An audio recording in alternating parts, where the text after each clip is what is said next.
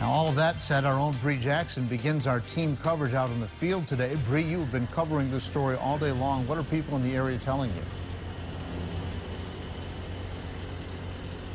John, people we spoke with were shaken by this incident that left 3 people injured and 2 people dead. It all started about 6 o'clock this morning when we're told that the shooter entered the facility and started shooting. We're told that he had a 9mm handgun, semi-automatic, and fired 10 rounds, killing 1 person, injuring 3 others. The suspect died from a self-inflicted gunshot wounds. Now, officers say that they shut down the roads and businesses nearby were put on lockdown as police swept the area for explosive devices, which none were found in this case.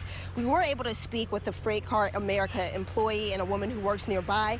After all the scene died down, they described what happened earlier today. Do you know who the person was? Not really. By name, I don't know him by actually know him. Are you guys okay? Was everyone okay? Oh yeah, it was actually well constructed. Everybody did what they're supposed to do. Very hectic, very hectic. You had the SWAT team here, you had the sheriffs here, you had the police here, the ambulance, you had the fire trucks here. You couldn't get in down on this way, which is usually the way I come into work. And just everybody was running around like they didn't know what was going on. Now, officers searched the suspect's home. They said that they did not find any weapons or any other any explosive devices here or there at the suspect's apartment, but police continue to search for clues, and they're also conducting interviews to try to figure out what motivated this attack. Well, a lot of information, Bree. Anything else we've been able to find out about the shooter out there?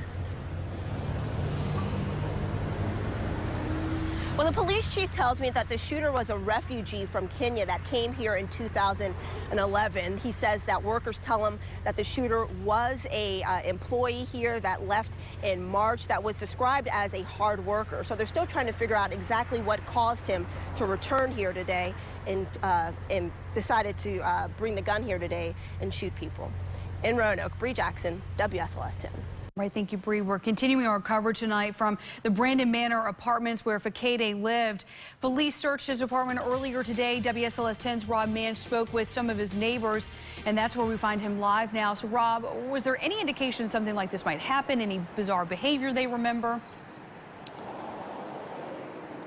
Well, no, none of the neighbors, I mean, all of the neighbors that I spoke with say they're absolutely shocked that Fakade could be capable of killing others. None of them say they had ever seen him with a weapon, and many of them say he even talked on several occasions about disliking guns. But those who knew Fakade closely tell me that he was in a depression, and that began when he lost his job. We learned earlier today that he used to work for Freight America, but was released in March of this year after not coming into work for 3 days in a row. Now we're learning from one man, Clarence Jones, who says he spoke to Fakade every day, that Fakade had been sending money to his ill mother.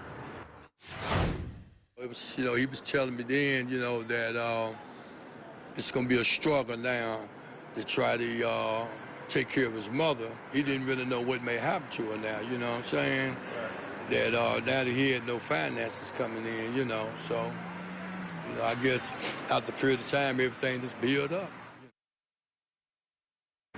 Jones says he had also been aware from speaking to Fakade that he had had issues with a specific co-worker while working at Freight America. Now, coming up tonight on WSLS 10 at 6, I'll be speaking with a woman who says she knew Fakade for the last 5 years, ever since he immigrated to America, and she says she can't believe something like this could ever happen. In Roanoke, Rob Manch, WSLS 10.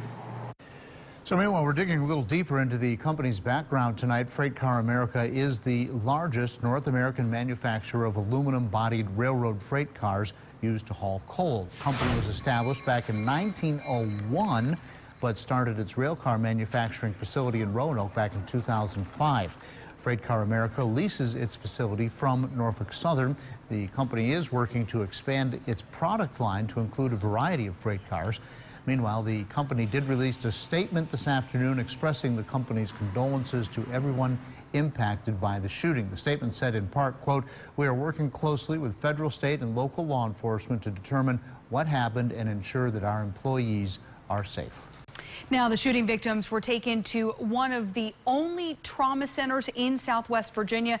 Typically, the team at Carilion Clinic gets a call from the scene, giving the hospital as much information as they can to get ready. Crews have an average of 2 to 15 minutes to get ready to respond. Once they arrive, a trauma team checks to make sure the patients are breathing and their circulation is intact. If needed, they can also bring in X-ray and take them to the CT scanner. To the naked eye, to somebody who isn't familiar with this room, it will look like mass chaos. It may be upwards of 30 people in this room at one time, depending on how many patients end up in here. Now, the goal was to identify injuries within 20 minutes and have a plan in place for care. Coming up tonight at 6 o'clock, we'll hear more about the difficulties doctors face in identifying the severity of gunshot wounds. Difficult all the way around, isn't it? Absolutely. Yeah. All right. Well, as the investigation continues, we will have more team coverage on this developing story throughout our 90 minutes of news. And if you would like to watch today's news conference in full, you can do so on our website. Just log on to WSLS.com.